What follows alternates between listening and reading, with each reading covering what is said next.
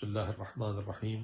میں ابتدا میں تمام مومنین کی خدمت میں، شیعان اہل بیت کی خدمت میں صدیقہ کبریٰ فاطمۃ الزہرا سلام اللہ علیہا کی شہادت کی مناسبت سے تعزیت اور تسلیت پیش کرتا ہوں، اور ساتھ ہی تمام مسلمانوں کی خدمت میں اور شیعان اہل بیت کی خدمت میں پارا چنار میں ہونے والے ظلم و ستم اور پارا چنار کے مومنین کی شہادت پہ تسلیت پیش کرتا ہوں۔ آج پارا چنار پاکستان کا غزہ بن چکا ہے۔ جیسے فلسطین کے مسلمانوں پہ، لبنان کے مسلمانوں پہ مسلسل ظلم ڈھایا جا رہا ہے، ویسے پارا چنار کو بھی ملک سے جدا کر کے ان پہ مسلسل ظلم و ستم ڈھایا جا رہا ہے۔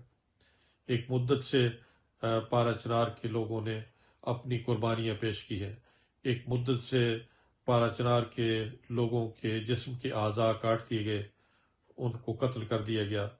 ابھی اس وقت بھی متعدد تعداد میں مومنین کو پارا چنار جاتے ہوئے رستے میں ظلم و ستم کے ساتھ شہید کر دیا گیا، ان کے بچوں کو قتل کیا گیا، ان کی خواتین کو قتل کیا گیا۔ اس ظلم و ستم پہ کوئی بھی باضمیر انسان خاموش نہیں رہ سکتا ہے۔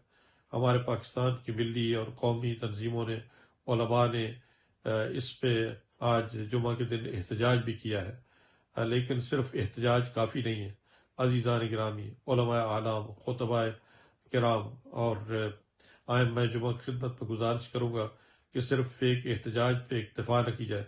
یہ ظلم و ستم ایک مدت سے چل رہا ہے، اور پاکستان کی حکومت اور پاکستان کی اسٹیبلشمنٹ اپنے مفادات کی خاطر شیعان اہل بیت کو ظلم و ستم کا نشانہ بنا رہے ہیں۔ جہاں ملک کی ملی تنظیمیں اور قومی تنظیمیں ملک میں قانون کی بالادستی کے لیے احتجاج کا اعلان کر رہی ہیں، وہاں پر اپنے مقاصد کے حصول کے لیے اور اپنی کمزوریوں کو چھپانے کے لیے حکومت نے کچھ دہشت گردوں کو اس علاقے میں پشت پناہی کر کے مسلسل اس علاقے کو جدا کر رکھا ہے، پاکستان سے جدا کر رکھا ہے۔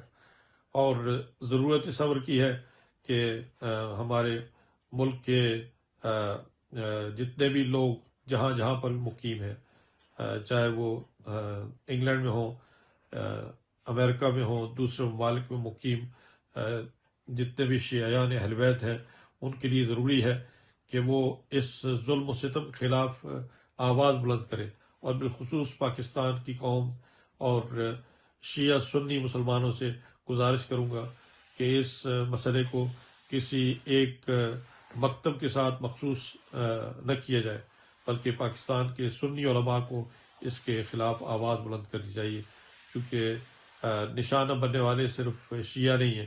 پارا چنار میں سنی شیعہ دونوں مل کر وحدت کے ساتھ اس ظلم و ستم کے خلاف آواز بلند کر رہے ہیں۔ تمام علماء سنی اور شیعہ مل کر اس کے خلاف آواز بلند کریں، اور پاکستان کی قوم کو ان کے حقیقی مسائل کی طرف توجہ مبذول کرانے کی ضرورت ہے۔ متاسفانہ ان حقیقی مسائل سے قوم کو دور کر کے ان کی توجہ اس ظلم و ستم کی طرف مبذول کرائی جاتی ہے، اور لوگوں کے اذہان کو ڈائیورٹ کیا جاتا ہے۔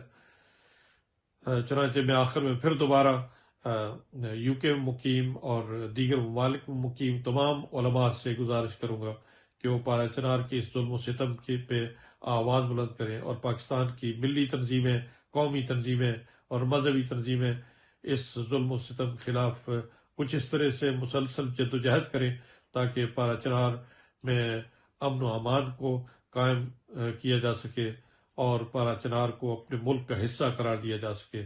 والسلام علیکم ورحمۃ اللہ۔ اللہم عجل لولیک الفرج۔